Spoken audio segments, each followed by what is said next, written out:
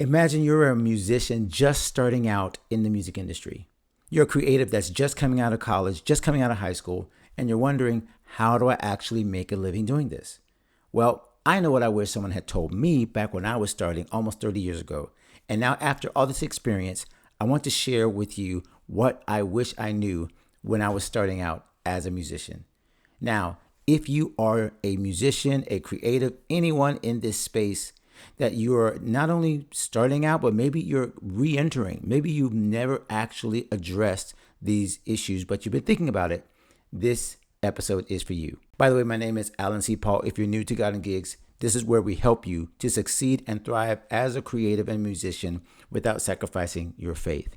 And I am so glad you're here. Please join us. Please subscribe. Please follow, because as you do that, you're going to get the answers to these questions that will help you become the creative that God created you to be. Let me get right into this answer to this question that came into our podcast. We're going to play the theme music, and then we'll get right into this important conversation. So the first thing I would say is I remember coming out of high school. I remember going into college, and I remember everything being focused on being a better player. Practice more. Practice. And of course, I am not going to argue about practice. I'm going to tell you that they're right. Everybody that's saying practice more, be good, be excellent at your craft. So first thing is, they're not wrong. You need to first be good at your instrument. You need to have a distinct sound. And this is a really tough thing to say to a young musician, because you don't really get a distinct sound or a distinct part of your playing without first listening to a lot of people and copying their style and getting your own style. But yes, the first thing is be a good musician. That has to be first. I can't skip that. However, here's the other part that most young musicians are not told, and the thing that I wish somebody had told me. The second half is being a musician, a professional musician, a working musician, a living musician, a person making a living doing music, or anything creatively, as you know, in God and Gigs, we talk about all of these things, it's not just about the music. It's about knowing who you serve with that music, who you can benefit, what you're going to do with the music. And it sounds crazy, but just saying, oh, I'm just going to play music and make it beautiful, yeah, that's not enough. So I would ask you this question. As a saxophone player, already you might be thinking, I love jazz. I love playing in, classical, and I love playing orchestra. I love playing band. What areas do you see yourself performing in 5, 6, 7, 8 years? Where would you want to be? Give yourself a vision of those kind of things, because I guarantee you, if you have a bigger vision for your creative career than just playing, you'll start to see the avenues you have to take. So let's say you want to be one day a solo performer. A solo performer has to do different things than someone who just wants to play on tours. And someone that plays on tours has to do something different than someone that wants to be in the studio. Or maybe you want to do all of those things.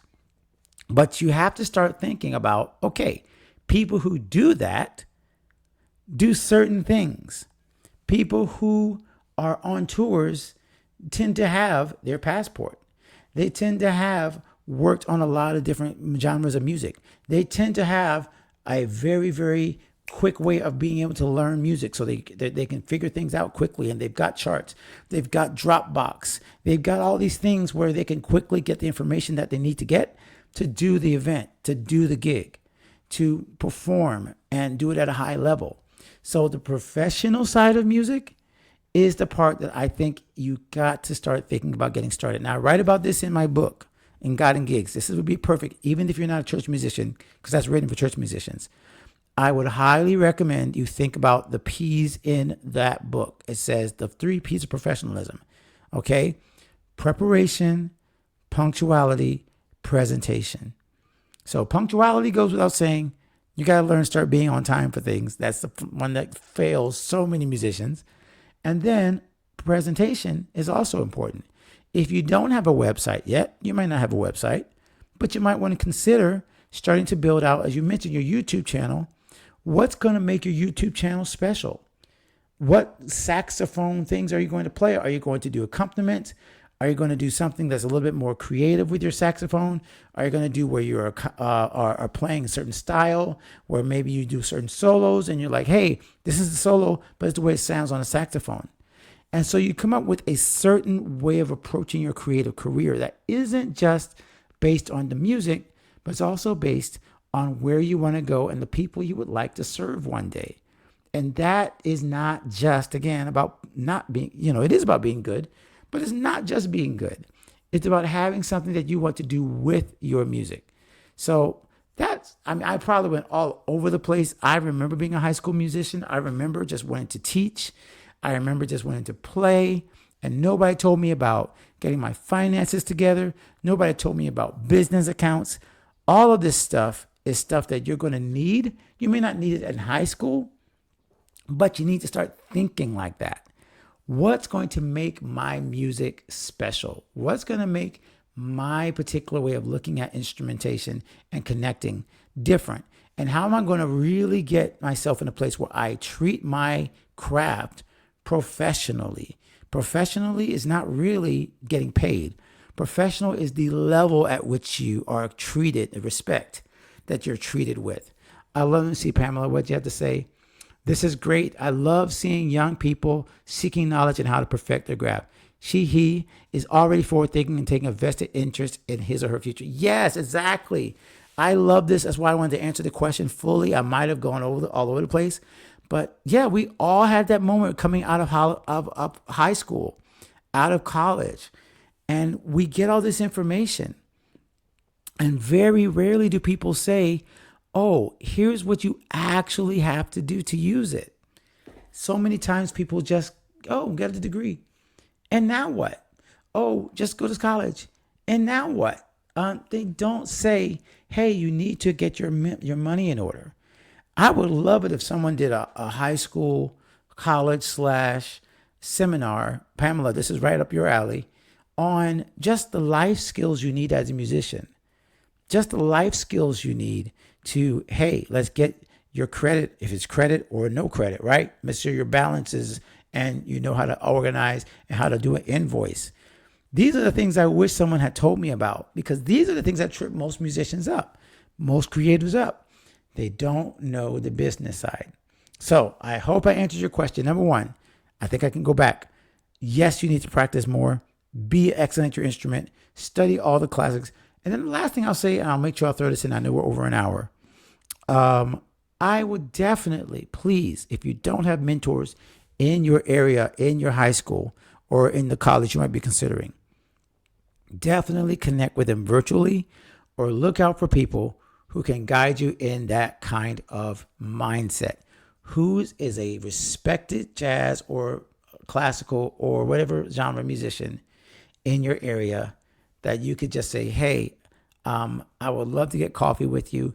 Tell me how you got into the business. Tell me what you do. This is what we do on God and Gigs podcast. Honestly, we just talk to people about how they figured out how to navigate the creative career. And what did they have to do first, second, third, fourth, fifth? Did they call up a studio? Did they get work with here? Did they start working as an intern on a certain thing? There's so many paths. I can't tell you which one to do, but I can tell you by talking to more mentors, you will have a better shot of finding which one works for you as a musician. It's not just getting gigs. It's definitely playing a lot, definitely open mics, all of those things. But I definitely would think the one that I wish I had done more is the mentorship and the thinking more in terms of what makes my music special versus just, I want to get gigs. I want to play somewhere. My friend, thank you for watching this episode. If that blessed you, you got to make sure that you stay connected with this community and this channel so that you can get more where that came from. We're sharing great interviews, tactics, strategies, mindsets, lifestyle choices, everything is going to help you become a totally confident creative. And don't miss an episode of the God and Gig Show. If you are staying connected to our channel, you'll be able to find us anytime we release new episodes. And you can check out some of our archives of almost 200 episodes now that we've shared over the last few years. Make sure you check out one of the suggestions right now, because it's probably perfect for you to continue to develop as a creative. And continue to stay connected with us, because we're here to help you become the creative that God created you to be. We'll see you in the next episode.